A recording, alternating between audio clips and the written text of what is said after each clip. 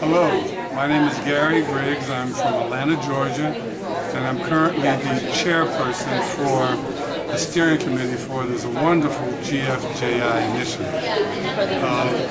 This is our second annual gathering, and it's been so fulfilling, so spiritually uplifting. I hope that we can continue to attract those individuals that are going to do the work that we've put our hands to do. I also would like to take this time to thank all of the members of GFJI, and especially those of the different committees, subcommittees. Those countless hours of conference calling and working behind the scenes has made us become even more stronger force in attracting more and more people who feel the same way we feel in dismantling racism and in providing support for those individuals that should have the privilege of acquiring sustainable food systems, whether it's urban or rural. I'd like to thank all the youth that has come out this year to support these efforts, and we invite them to go back to their communities, invite more youth to come out. Once again, I thank you on behalf of Growing Food Justice Initiative. I thank Growing Power for their continued support in hosting our organization. And I hope to see you back here again next year. Thank you. Karen Washington. Okay. I'm here at Growing Food and Justice Initiative, basically to talk about racism in the food system. I feel that in order to really dismantle racism in the food system, it has to start from the grassroots up instead of from top to bottom.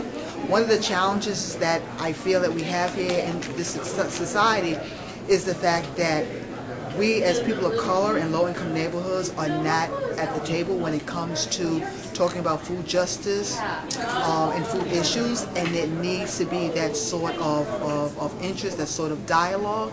We need to be included in the solutions. Right now we're being talked about in terms of statistics, we're talked about in terms of people who are so detached to the food system, and yet we as a people spend millions and billions of dollars on food as a whole, and we need to be part of the solution. Right now, with the history of childhood obesity, heart disease, asthma that plagues our system, we need to really control and get back our community so that we can get rid of the fast food chains that we have and see more health food stores, more food co-ops, and more ownership within our community. And if we have that, then I think that it'll be at the tip of the iceberg in terms of dismantling racism. Our voices need to be heard, and I'm the person that's going to do it bit by bit to make sure that the message that I give from this conference trickles down into my community and that change is made. Thank you. My name is Melissa Danielle, and I am from Brooklyn, New York, but currently living in the Hudson Valley, New York region. And there are these pauses. Okay. All right. So I'm not sure that I have a vision for a racially inclusive, socially just food system, but I do believe that people have the right to decide for themselves how they wish to feed themselves. But within that, they should be empowered to feed themselves in a way that is healthy, nourishing, and accessible. And so people should definitely have access to fresh food grown locally. People should know their farmers. They should know how their food is grown, where it's grown, when it was harvested, who picked it, under what conditions, and how it got to the places where they're purchasing them from. I think that that is important to the health of the individual and their community. I think it's important for people to recognize that food nourishes us in more ways than just cooking and eating. There are other ways, and those are all the ways that we need to tap into. I will be taking back some ideas on how to be more effective in my outreach with the organizations I work with. I'm a core member of the Bed-Stuy Farm Share and a volunteer with the Brooklyn Food Coalition, serving the Bed-Stuy neighborhood of Brooklyn. And so there are a number of things that I want to take back, like the Grub It Up, the Grub Parties. I think that'll definitely a great way to introduce people to food justice and food security. And you know, people love food, so definitely think that that will be important. I am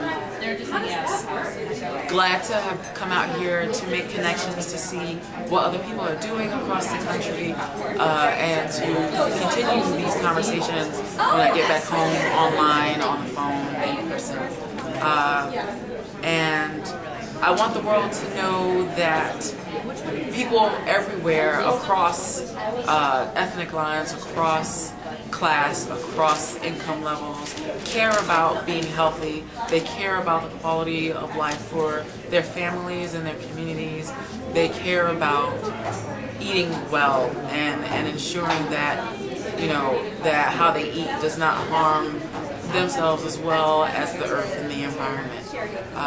And for next year, it would be great if it probably was like 4 days, because I think that the only thing that always happens is that there's always more than one workshop that you want to attend, and it's happening at the same time, and so you always have to make this choice about where you want to go. But one thing that I definitely would like to see happen is if we can bring this conference online, so that maybe not in a live session, but in a way that allows people who could not be here to watch it, maybe perhaps on YouTube after the fact. So that is something that I hope we can figure out how to make happen for next year, so that we really are inclusive, because this may not work out for everyone to travel to be out here during this time. So definitely, if these conferences, the workshops can be online, and allow people to continue dialogues afterward, that would be great.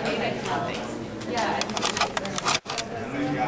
I'm Sangoma, Oludoye, known to many as Igberohinjade, from inside Oyotunji, from the kingdom of Oyotunji, Yoruba African village in Sheldon, South Carolina, down in the Low Country.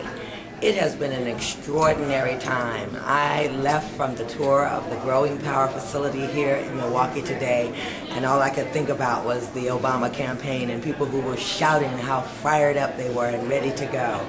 It has been an amazing, amazing, amazing gathering of people from all over America, some internationally. We sat with some people from Canada today, and our common ground is just very, very, very obvious to us all. As Mr. Allen said, if we don't have sustainable food systems in this country, then we really can't talk about moving towards sustainable living on any other level. So it's made quite an impact, and the way that you know that is that when we all get up at about 6:30 and get on a bus at 6:45, and every seat of people is in constant conversation all the way there, more conversation all the way back. Today, from the workshops during the week, we finally broke out into regions, the South, the West, the North, the East, and still people bubbling with conversation with one another, because people have been impacted by what we can do together. I know I certainly have. I sat on the bus on the way back.